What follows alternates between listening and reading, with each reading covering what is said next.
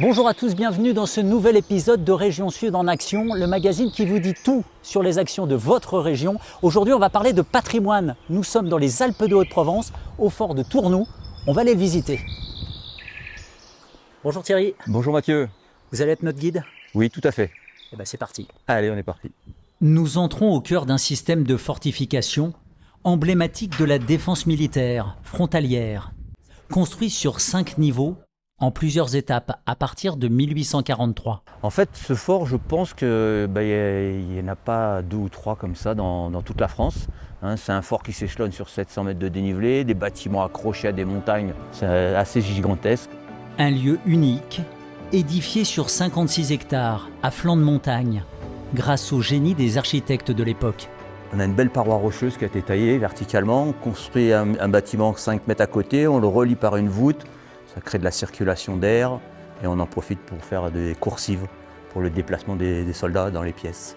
Depuis 2012, 80% de ce site est fermé au public pour des raisons de sécurité. Pour s'en rendre compte, nous retrouvons Arnaud Le Guillou au niveau du fort supérieur, à 1700 mètres d'altitude. Donc ça, c'est à la fois de l'érosion, à la fois du massif qui pousse et à la fois de la végétalisation qui est en train de pousser par les systèmes racinaires. Ici, les murs s'effritent et les toitures aussi. Un chantier colossal qu'Arnaud a chiffré au fil des années. On compte environ 40 ans de travaux et 1 million par an, donc une quarantaine de millions d'euros de financement pour arriver à avoir un massif qui ressemblerait à peu près au massif originel. Il faudra du temps et de l'argent pour faire de ce site un haut lieu touristique. Mais grâce à l'aide de la région Sud, des travaux d'urgence vont pouvoir démarrer dès cet automne. Sans la région, je pense qu'on se serait peut-être essoufflé et on n'aurait pas pu mettre en œuvre l'intégralité des travaux de préservation pour l'année 2025. La région agit sur de nombreux sites pour mettre en valeur un patrimoine exceptionnel. C'est le cas aussi à Saint-Maximin à Sainte-Baume, dans le Var. Nous voici à la basilique Sainte-Marie-Madeleine. Bonjour Aurélie. Bonjour Mathieu. Vous nous emmenez visiter cet édifice imposant, important. Bien écoutez, allons-y. Un monument dont la construction débute à la fin du XIIIe siècle, pour accueillir les pèlerins sur la tombe de Marie-Madeleine. Vous êtes dans l'édifice gothique le plus important, le plus grand par sa taille, de tout le sud-est de la France.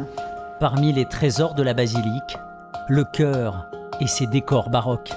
Tout a été restauré il y a 2 ans. Il faut bien penser que nous sommes ici dans un chœur qui est digne des plus belles églises de Rome. Et là, on a retrouvé vraiment ce chœur comme il devait être à la fin du XVIIe siècle. Grâce à une restauration minutieuse, la basilique a retrouvé son éclat, pour le plus grand bonheur de Monsieur le maire, qui salue une coopération réussie. Le chœur, c'est 2 millions d'euros, les travaux qui ont été effectués l'an dernier.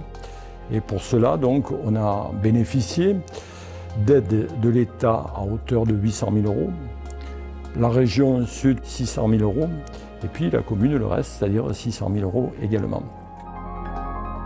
D'autres chantiers vont bientôt commencer, avec un but sur le long terme, refaire de Saint-Maximin à Sainte-Baume un lieu incontournable de pèlerinage. C'est la fin de cet épisode consacré au patrimoine, on en a pris plein les yeux, on espère que vous aussi. On vous donne rendez-vous le mois prochain pour un nouvel épisode de Région Sud, Région en Action.